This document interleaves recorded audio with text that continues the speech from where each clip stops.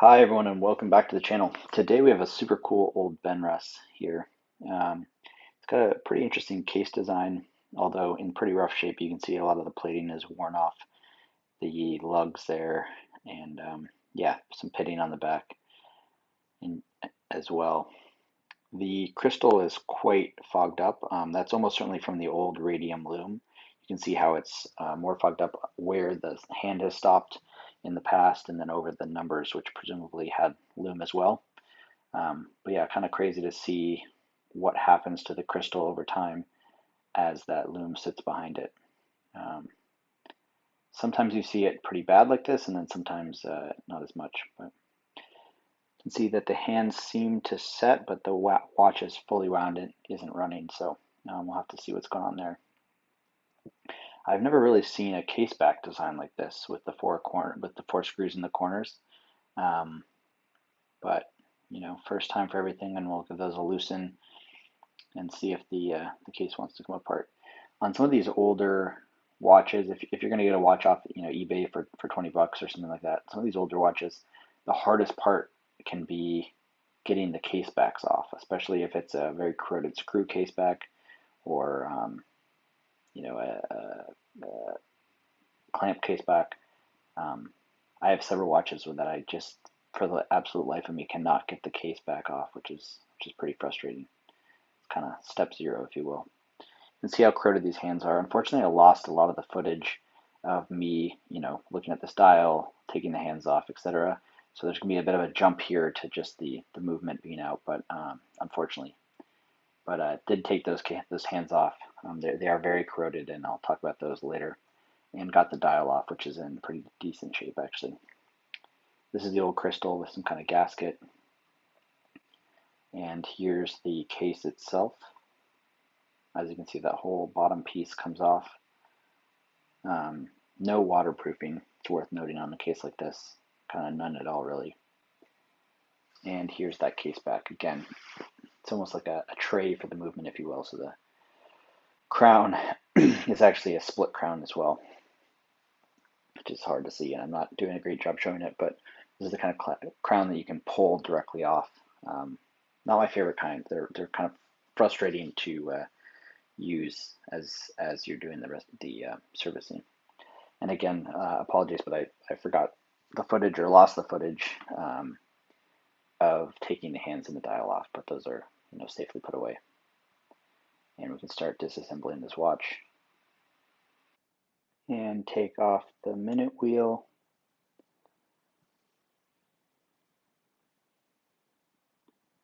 And remove the cannon pinion as well.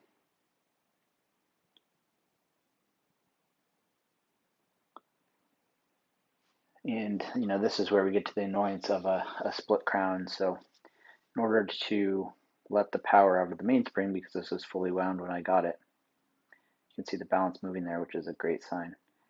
I have to hold the crown and release the click spring at the same time, which is really hard with a split crown. So one thing I end up doing later in this restoration, which I should have done here, is hold the kind of stub of the crown of the stem with a pin vise, which worked pretty well. But you can see I kind of inexpertly let the power out there, and now I can remove the balance. Make sure to get that out of the way and keep it safe. Just remove the screw and put that away. And there's a little divot underneath each of the bridges to allow you to pry it up gently. And the balance, try to always store it on its back so that the full weight of the bridge isn't on the pivot. And next up, take off the ratchet wheel. Benrus is a pretty cool brand. It was started in New York City in, I think, the 1920s, 1921 maybe. I think they mostly white labeled movements. So this says Benrus on it, but this is actually an ETA 1080, if I had to guess at this stage. And that becomes more obvious, and you can see it engraved as it gets more apart. Taking off the ratchet wheel. But yeah, very cool American brand. They partnered with Charles Lindbergh, um, for their promotional campaigns. They were kind of a known for their aviators watches, um, used by a lot of pilots and airline pilots, things like that. So cool little brand for sure. And this is taking off the train of wheel bridge. I always have a hard time remembering Benrus versus Belova, but very different brands for sure. Belova making their own movements, which is pretty differentiating. And again, same as the balance bridge, you can just pry the corner off gently and then lift it straight up. The idea is you never want to put any sideways pressure on the pivots at all, just given how thin they are. And remove the third wheel. That's the goes all the way through, and that's the what the second hand attaches to. And then I noticed that, sorry, that was the fourth wheel. Then I noticed the third wheel is underneath the crown wheel here, so just gently checking, and it is reverse threaded as they typically are.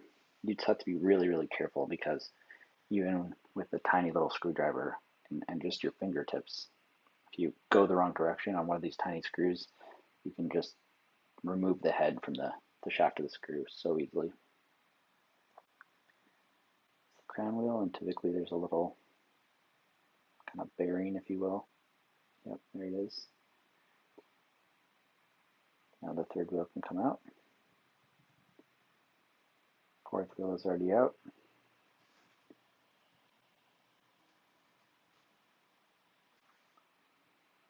Next up, I don't know exactly what you'd call this. This is like the center wheel bridge or something, but it's kind of a secondary smaller bridge underneath the trainer wheel bridge that just holds the center wheel. Remove that as well. Notice that this kind of recesses down into the main plate, so it's not quite as easy to kind of pry up from the sides as a normal bridge would be, but it does lift up from underneath. And we can lift out the escape wheel. Getting pretty close here. So next, on to the pallet fork. This is the pallet fork bridge. Get that out of the way. Even tinier little screw. Watching this video back, I think it's pretty clear that I should put the parts tray on the left-hand side. I'm not sure why, without reaching over every time. Where's the good setup here? Pallet fork bridge, and pallet fork itself.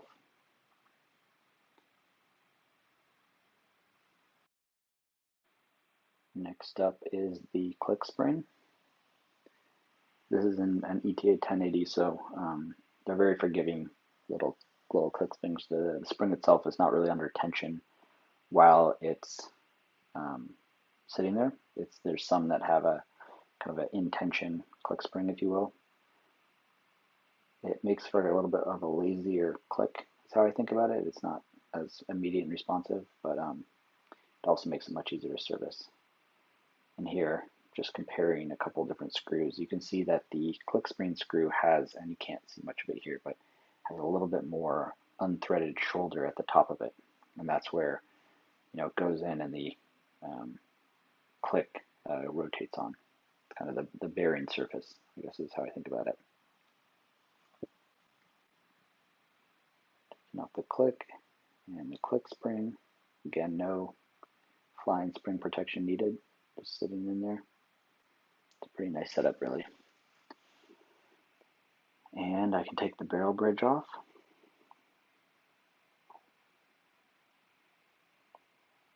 The click spring screw is kind of the third barrel bridge screw, if you will. So it's not just these two, it's also the click spring screw going through the bridge into the main plate that helps hold it down.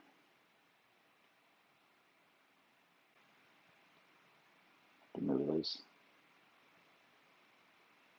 those screws. This is kind of the standard screw. I like to think about it on this movement.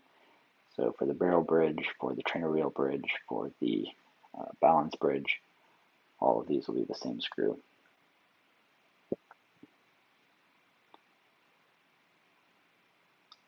Sometimes you can find that one will look exactly the same thread, same head, but actually be slightly longer for whatever reason.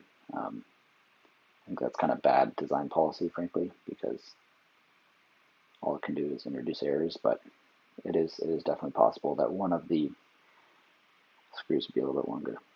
And there's the barrel bridge coming off. And the mainspring barrel assembly. And the center wheel. Only a couple more items left on this watch before it's completely stripped. And the setting lever screw, looks like it wasn't fully loosened, so that won't come out from this side yet.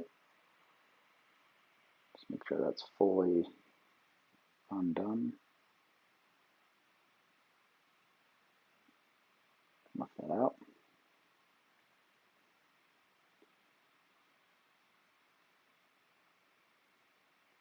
And take out the rest of the stem. Remember, this is a split stem, and you can see this is the, I guess, female side of the where the other half of the stem would connect.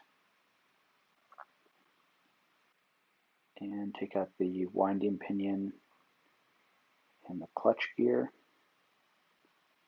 I don't know why I'm trying to take them out from the top. If I turn this over, they'll fall right out. Clutch gear and the winding pinion as well.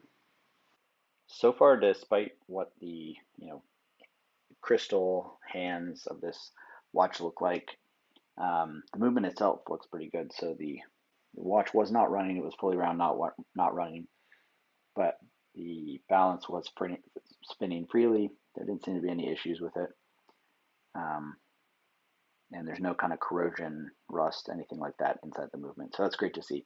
It's a good chance that you can get a pretty dramatic kind of visual change to this watch with actually a pretty simple servicing and some light restoration on the dial and crystal, etc., which is great to see. So this is a little cover plate that holds down the minute wheel. Take that off, and a little intermediate setting wheel, I guess you'd call that. And then this is kind of a combination cover plate and I guess spring almost, a spring that goes against the setting lever and gives you kind of the crown in, crown out positions. That's how you kind of feel the in or out, so it's nice and crisp. And then underneath that is the setting lever spring. So that's a very, very jumpy spring, one that can kind of hold it in place with a piece of pegwood and then lever it up. And the pegwood makes sure that it can't kind of fly away when the tension's released. And the spring is still with us, which is great. Always a bit of a relief to get that out.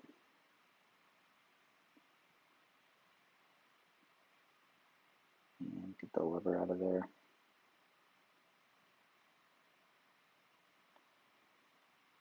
That's about it on this side. There's kind of some old school capped jewels, but I'll leave those on to clean, and then I'll remove each one, dip it in solvent, clean it, and put it back when it gets back to assembly. But for now, they're fine to leave as is. I don't have a great setup to film my cleaning process here, so I'll just show the basket and then come back when the parts are all cleaned. But here's loading everything into the cleaning baskets.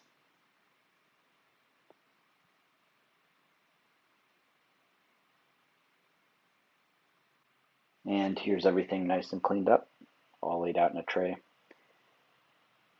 This is kind of the fun part for me, putting the watch back together, making sure everything is fitting correctly, everything's undamaged.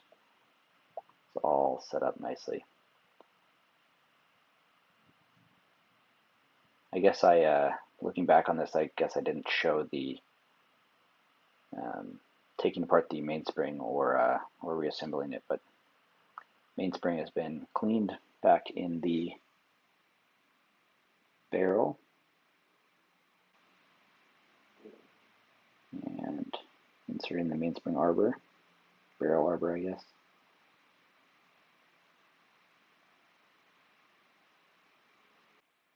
You can see that I use kind of bigger, thicker tweezers for things like this where I'm putting kind of some sideways pressure on it, using them to push a little bit.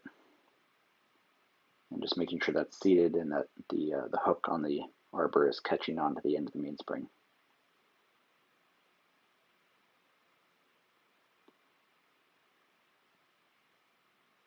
And just lubricating where the arbor rubs against the barrel cover quickly. And putting the cover back on. Just lightly pinching and turning the barrel in order to get that lid to seat correctly.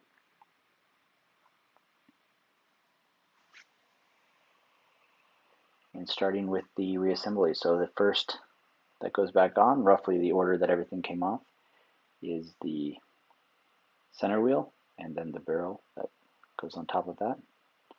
Make sure that those are meshing correctly.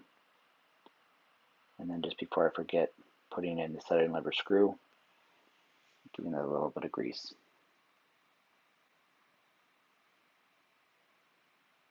It's really annoying to put the barrel on and then realize as you go all the way, put everything, assemble this side of the movement, get all the way to the end, and then go to work on the keyless works and realize that you forgot the setting lever screw. So it's always nice to just get it in there beforehand. Putting on the center wheel bridge, a couple screws that hold this down. It's hard to describe how tight that screws are put on here, but you can kind of see that I'm really using my fingertips in order to tighten these. And that's really it. So it's just kind of pad of the finger, snugly tight. Again, even with this tiny screwdriver, you can just strip the head clean off the screw if you go too hard, and it really doesn't need it. It just needs kind of finger snug tight.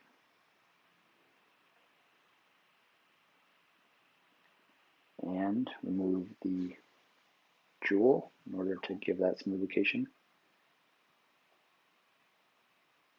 Your typical jewel would be in two pieces. The bottom piece would go around the pivot and would be kind of have a hole in the center. I think of it as like a donut.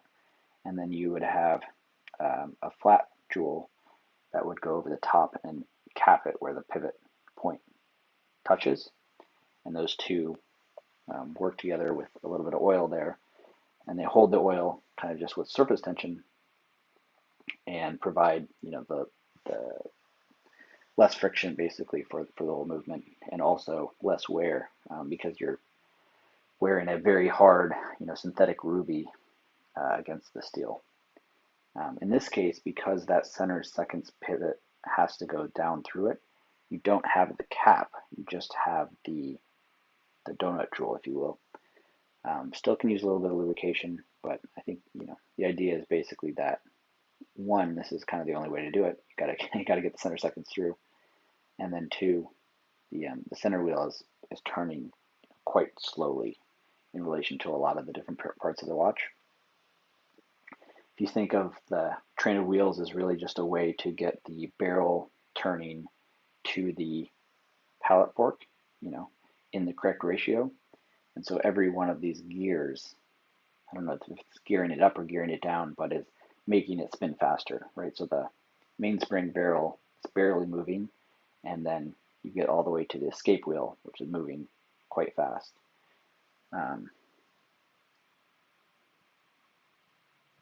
And screwing down that jewel again. And because the center wheel is kind of what I think of as the second wheel, right? The barrel itself is the first wheel, the center wheel is the second wheel. Center wheel is moving quite slowly, and so you can kind of get away with just having the one piece of jewel instead of the two.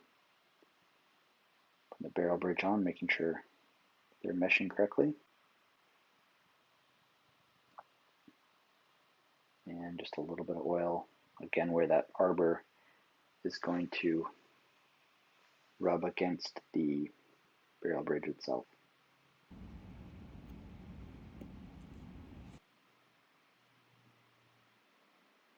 And screwing down the barrel bridge.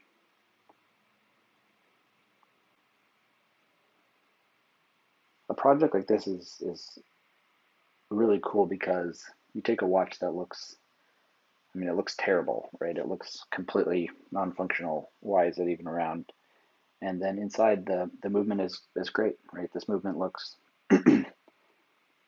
well serviced, or in good running. It had a little bit of dried up oil and things like that, but for the most part, it seems to be in completely functional order.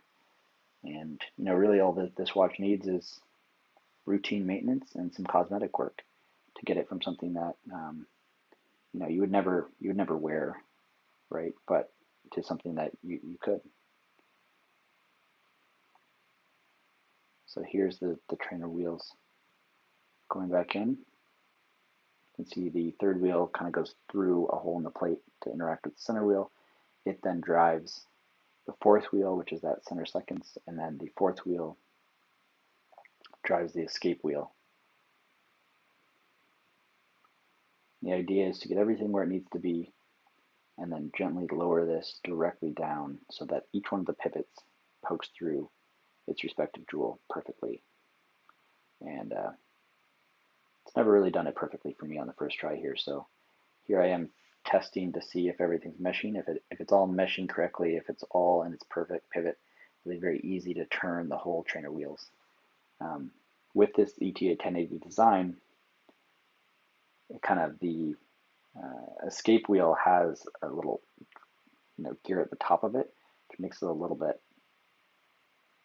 top heavy, and so it doesn't really want to stay perfectly upright. But as you can see, just gentle pressure on the top with some pegwood, and then moving the angle, I guess, of that escape wheel slightly, got it to drop into place. And here I'm just partially tightening these screws down, just triple checking that everything's turning freely, and then I'm finishing tightening them down. If one of those pivots is not in the correct place and you crank on this bridge, you'll bend the pivot, which is just really something you don't want to do. There's really no way that I know of to kind of effectively straighten it. At that point, you'd probably be, if it's a relatively common movement, you'd probably be finding a replacement wheel, and if it's a uncommon movement, you'd probably be, what the right term is, restaking that gear, basically taking the gear body off of the pivot and replacing it, which is certainly beyond my skill. Here I'm just checking that the click is engaging properly with the click spring before I screw it down.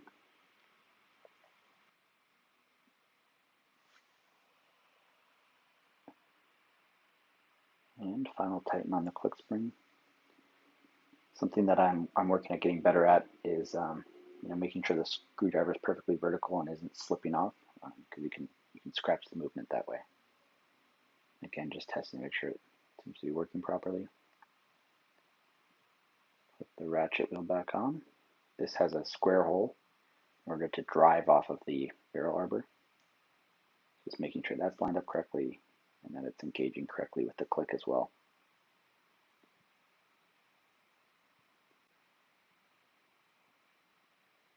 Can sometimes be hard to tell the crown wheel screw and the barrel ratchet screw apart, especially if the crown wheel screw doesn't have the 3 lines to indicate that it's reverse threaded, but they'll typically be very different lengths. So annoyingly, it's not always that one is, it's not always that the crown wheel is longer than the ratchet wheel. I've seen it both ways on different movements, but they are different lengths, and it's something that I always check. as I'm disassembling. Just a little bit of grease on the crown wheel. As a rule of thumb, I kind of think of, you have your light, medium, and heavy oils. The light oil is for anywhere that a pivot is interacting with a jewel. The medium oil is where metal is interacting with metal. And the grease, or the heavy oil, which is really more of a grease, is kind of where the wearer is interacting with the watch. Because often, the watch is kind of designed for running, but it's not necessarily designed for someone cranking on the crown or something like that. So that's, again, a rule of thumb.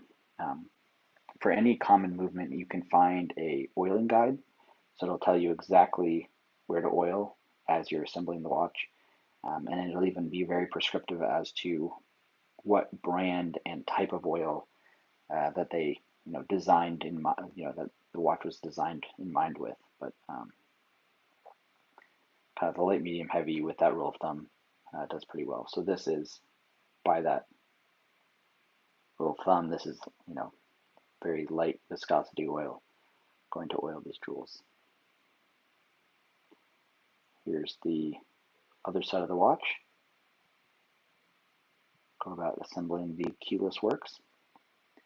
They're called keyless works because original movements were pocket watches, which had a separate key that you would keep separately, or maybe on the chain of the pocket watch, and was used to wind it.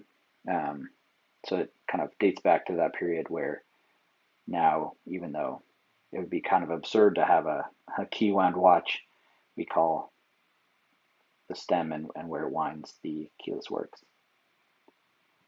Again, this is a little bit of that heavier grease, just where you're going to interact with the watch and wind it.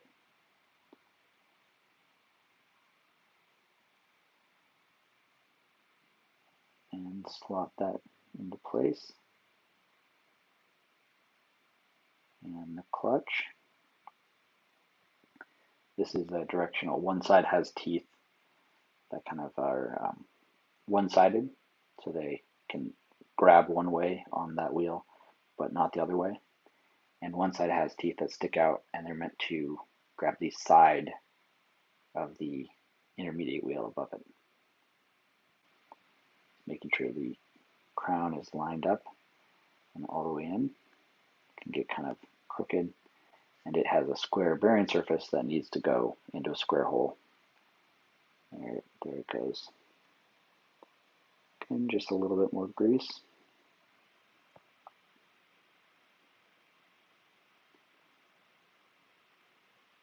And I call this the clutch lever. I think that's the right term for it. I'm honestly not entirely sure. And setting lever. There's no great way to screw the setting lever in. You could put a piece of Rodico there to hold it and flip it over, but I like to just, with gloves on, hold it and flip it over. And so some real excellent camera work here being done, but the idea is basically just hold it in place gently and then screw it in from the other side so that it can't fall back out.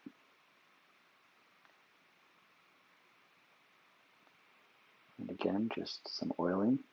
Anywhere, in the keyless works especially, anywhere that two pieces of metal are going to be sliding against each other, there's several places where as you pull the crown in and out to set the time, the setting lever and the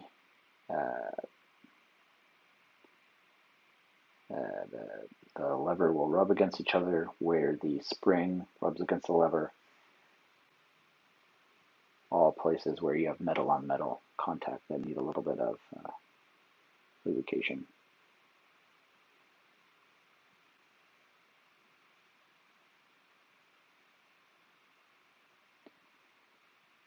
I'm fighting this screw to get this spring to get it in. Again, just holding it at the top with pegwood so that it can't go anywhere. And levering it in. And then you can see that as soon as I can, I want to get this cover plate on top. Once that's screwed in, then the spring can't go anywhere. And here's the screw for the cover plate.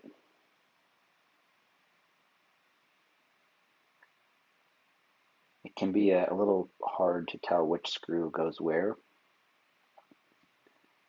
when you first start, but for a more straightforward movement like this, there's actually not that many different types, and they're pretty obvious where they go for the most part after you do it a couple times. This is a little intermediate gear to get the clutch to the minute wheel. Transfer power.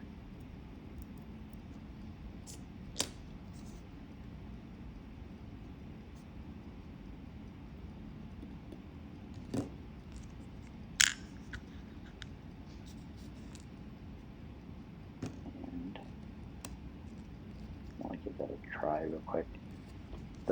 Those little wheels often are directional, so you can put them in upside down. If you've ever tried to wind a watch and it kind of half winds, starts to slip, it's or when you're setting the time, I should say, that's probably why.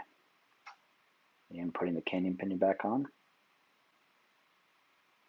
and the minute wheel, and then the little cover plate for the minute wheel. These are, I guess, with the exception of the jewel kind of hold down screws, these are the tiniest screws in this movement. They're kind of a pain to put in. A lot of the bigger screws, and bigger is relative here, have a little piece at the bottom that's unthreaded, and that allows them to kind of fit in the hole and be in the right spot. For these little tiny screws, there isn't room to do that, and so they don't have any unthreaded piece. Just makes them a lot harder to get started in their holes. Notice a lot of the time maybe you'll see it here, I go backwards with the screwdriver first until I can feel it seat, and then I go forwards, and that's just to make sure that I don't cross thread these screws.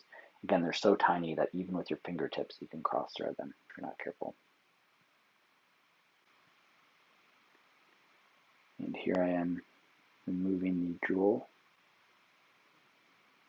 So again, there's a donut and a flat piece. This is kind of the flat piece on top. And I'll take this out and I'll clean it in solvent, re-oil it, and then put it back. So I won't show you all of these, but that's a little bit of solvent on some pegwood just to clean out the donut portion of it. And some solvent again here, getting off any dried oil, any residue at all. Just want it perfectly clean. And a tiny little drop of oil. The idea is you want this drop of oil to sit right in the middle of that jewel, to be kind of half the area of the jewel. And the surface tension at such a small scale will hold it exactly where you want. But to make that happen, you have to lift this up, and if you disturb that little tiny drop of oil you put on and rub it around, then it will not hold itself in the right spot and it won't do its job. If you place it perfectly down vertically where it's supposed to be, it'll hold itself in the right spot.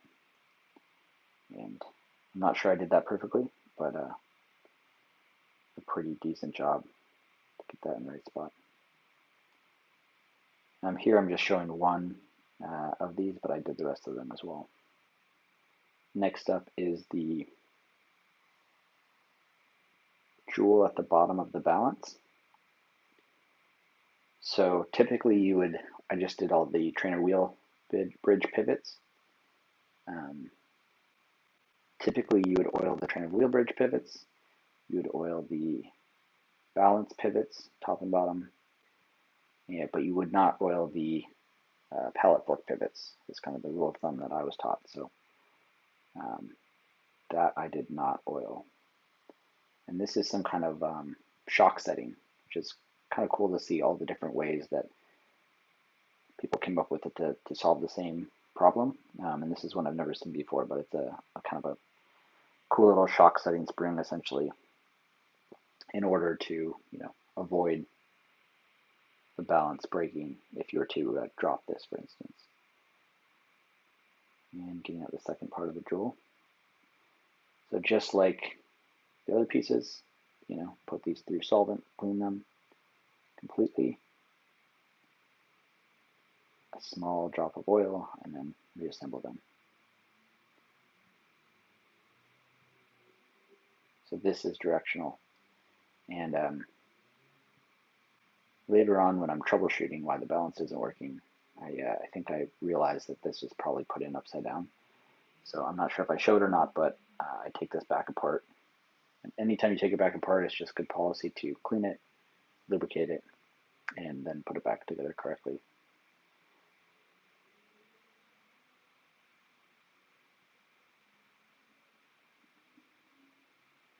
And shock setting back in.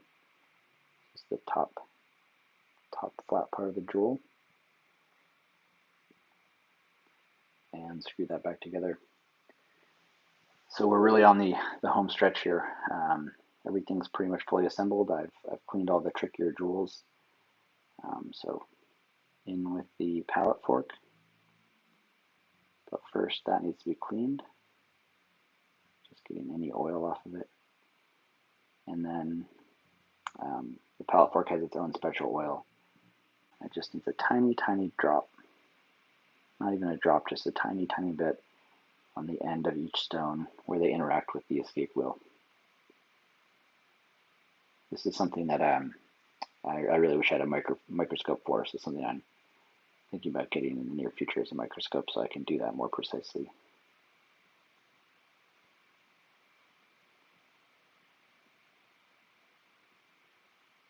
And making sure it's in its proper jewel. Pallet bridge back on.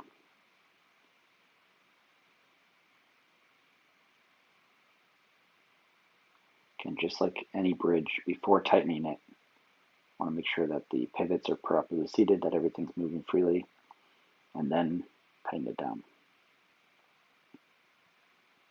You can see that it's not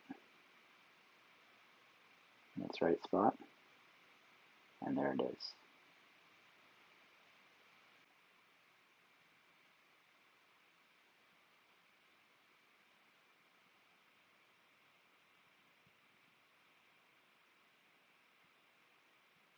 Just giving it again a triple check before I tighten this all the way down.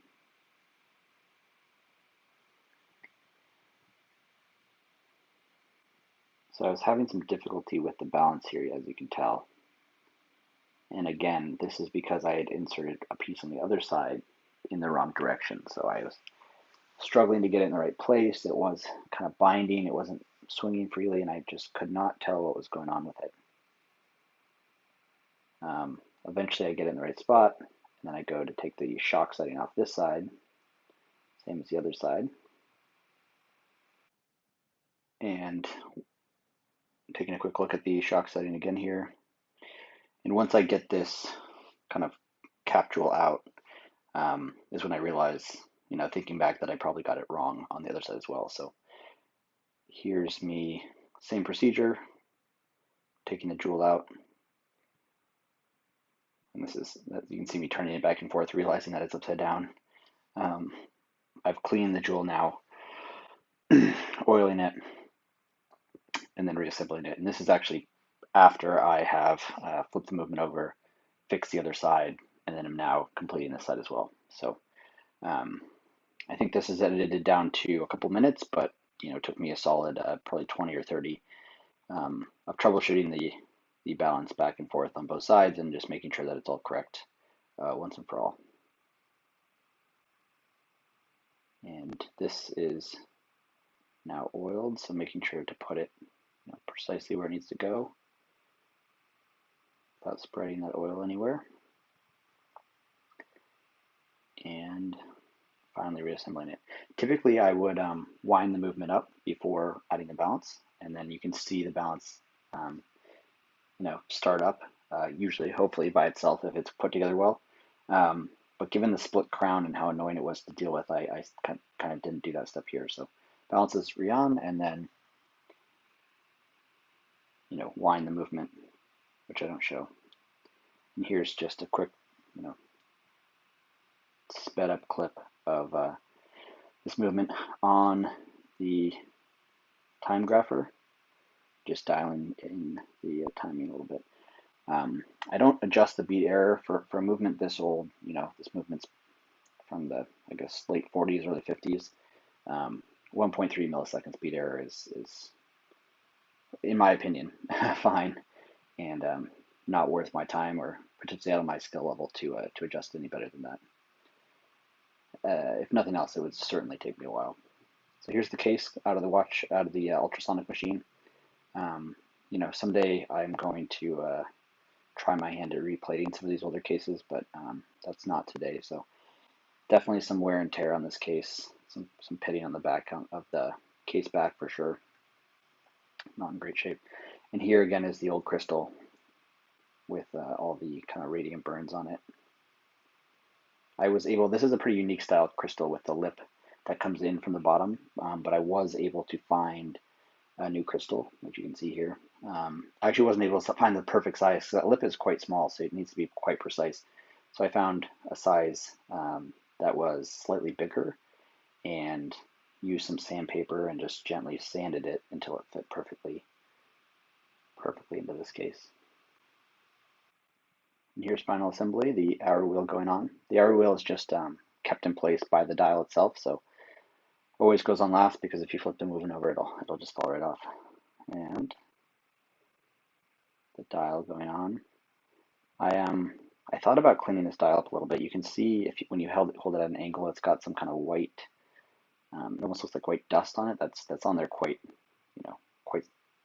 hard.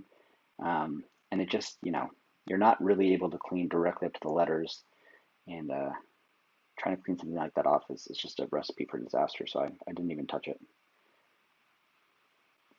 Often you think that it's dirt on the dial, but actually it's the lacquer of the dial that's degraded in the sun, and there's just really nothing you can do about it.